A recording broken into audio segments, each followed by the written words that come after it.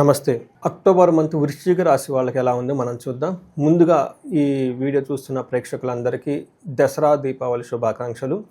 దసరా నవరాత్రులు కానివ్వండి, దీపావళి ముందున్న 5 రోజులు కానివ్వండి, ఇవి ఎంతో విశిష్టత కల రోజులు. పర్టికులర్గా ఎవరైతే ధనం సంపాదించాలనుకుంటున్నారో, మీలో ఉన్న నెగటివ్ క్వాలిటీస్, నెగటివ్ ఎనర్జీ అంతా బయటికి పోవడానికి దసరా నవరాత్రులు ఎంతో ఉపయోగము. దసరా తర్వాత దీపావళి వచ్చే ఈ 5 రోజులు చాలా ముఖ్యమైనది. పర్టికులర్గా ధనానికి సంబంధించి మీరు ఏదైనా కనుక సంపాదించుకోవాలనుకుంటున్నా, ఐశ్వర్యాన్ని కోరుకోవాలనుకుంటున్నా కానీ, అష్టలక్ష్మి కృప మీ మీద ఉండాలనుకున్నా కానీ, దీపావళి పండుగను విశేషంగా సెలబ్రేట్ చేసుకోవడం చాలా ముఖ్యం.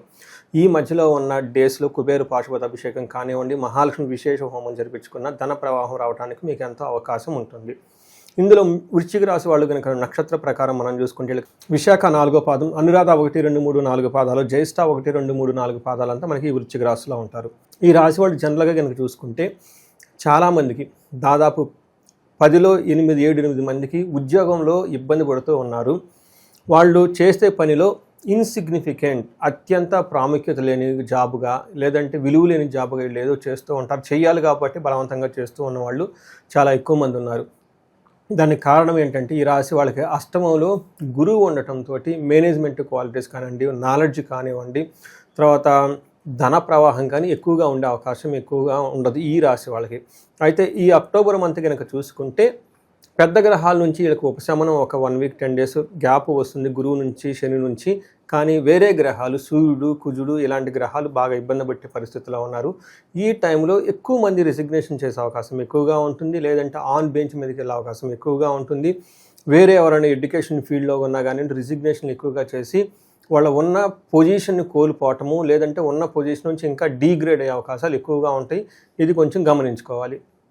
ముందుగా ఈ వృశ్చిక రాశి వాళ్ళకి 12వ స్థానంలో 3 క్రూర గ్రహాలు ఉండటం, తర్వాత 11వ స్థానంలో శుక్రుడు ఉండటం వల్ల ఒక 75% వీళ్ళకి ప్రతికూలంగా ఉంటుంది. ఓన్లీ ఒక 30% మాత్రమే గోచార రీత్యా వీళ్ళకి అనుకూలంగా ఉంటుందని గమనించుకోవాలి. ఈ టైంలో ఇప్పుడు ఉన్న రాశి ఫలాలతో పాటుగా ఇండివిజువల్గా మీ యొక్క హారోస్కోప్ని అనాలిసిస్ చేయించుకోండి. గురువుకి సంబంధించిన తగు పరిహారాలు చేసుకుంటే చాలా త్వరగా ఈ యొక్క ప్రాబ్లమ్స్ నుంచి మీరు బయటపడే అవకాశం ఎక్కువ ఉంటుంది. మారే గ్రహాలు ఏమన్నాయంటే బుధుడు, తర్వాత శుక్రుడు, సూర్యుడు, ఈ గ్రహాలు మారుతూ ఉన్నారు. ఈ గ్రహాల యొక్క పరిస్థితి ప్రతికూలంగా ఎక్కువగా ఉంటుంది. కొంచెం జాగ్రత్తగా పడాల్సిన మంత్ అని మీరు గమనించుకోవాలి. మనకి మహర్షులు లఘు గోచారం, సూక్ష్మ గోచారంలో ఏం చెప్తారంటే, వార్తల్లోని ముఖ్యాంశాలలాగా 3 సాంస్క్రిట్ ముక్కల్లో చిన్న ముక్కల్లో దీని యొక్క వివరణ ఇవ్వటం జరుగుతుంటుంది.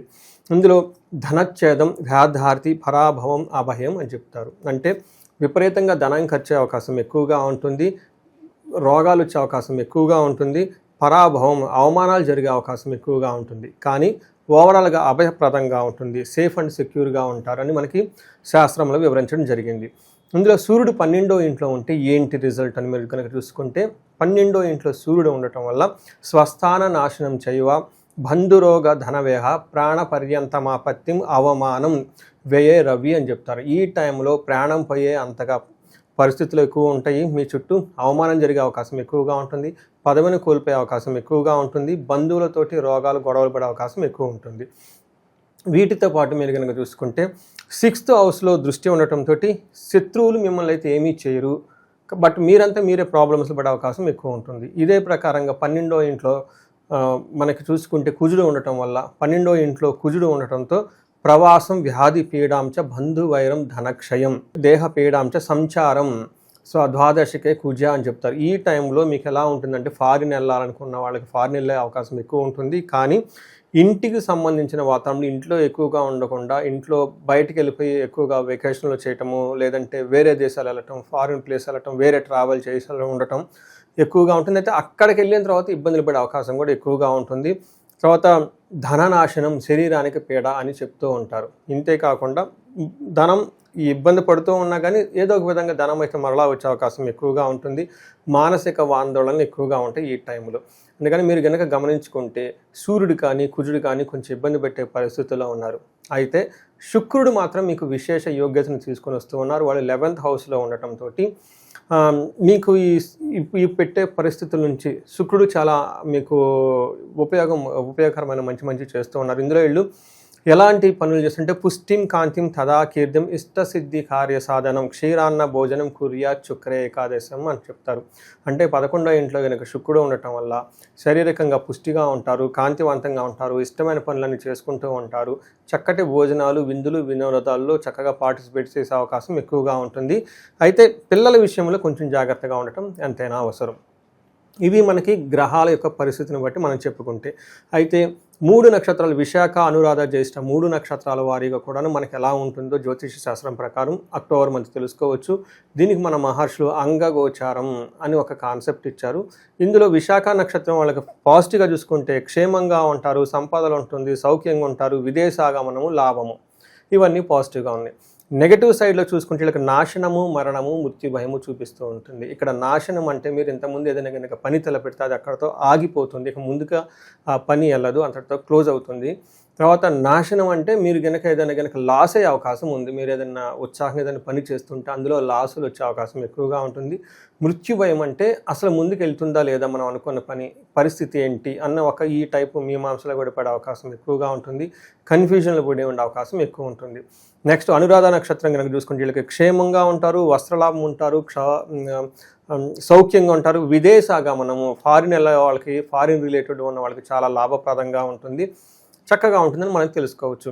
అయితే అనురాధ నక్షత్రం వాళ్ళకి చూస్తే ఇందులో మృత్యు భయము అంటే ఇప్పటిదాకా వీళ్ళు ఏదైనా కనుక పనులు చేస్తుంటే అసలు ఈ పని ముందుకెళ్తుందా లేదా, పరిస్థితి ఎలా ఉంది, ముందు పరిస్థితి ఎలా ఉంటుంది, ఫ్యూచర్ ఎలా ఉంటుందని ఇలా ఎక్కువగా ఆలోచించి దాని గురించి ఎక్కువగా భయపడే పరిస్థితులు ఎక్కువ ఉంటుంది. నెక్స్ట్ జ్యేష్ఠ నక్షత్రం వాళ్ళకి చూసుకుంటే వస్త్రలాభం ఉంటుంది, క్షేమంగా ఉంటారు, ఫారిన్ రిలేటెడ్ వెళ్ళే అవకాశాలు ఎక్కువగా ఉంటుంది, ఫారిన్ ట్రిప్స్ వెళ్ళే అవకాశం ఎక్కువగా ఉంటుంది, లాభప్రదంగా కూడా ఉంటుంది.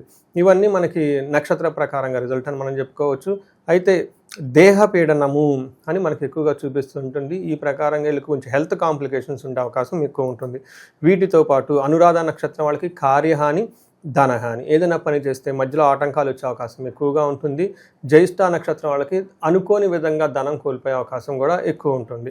సో తెలుసుకున్నారు కదండి ఈ రాశి వాళ్ళకి, వృశ్చిక రాశి వాళ్ళకి ఎలా ఉందో.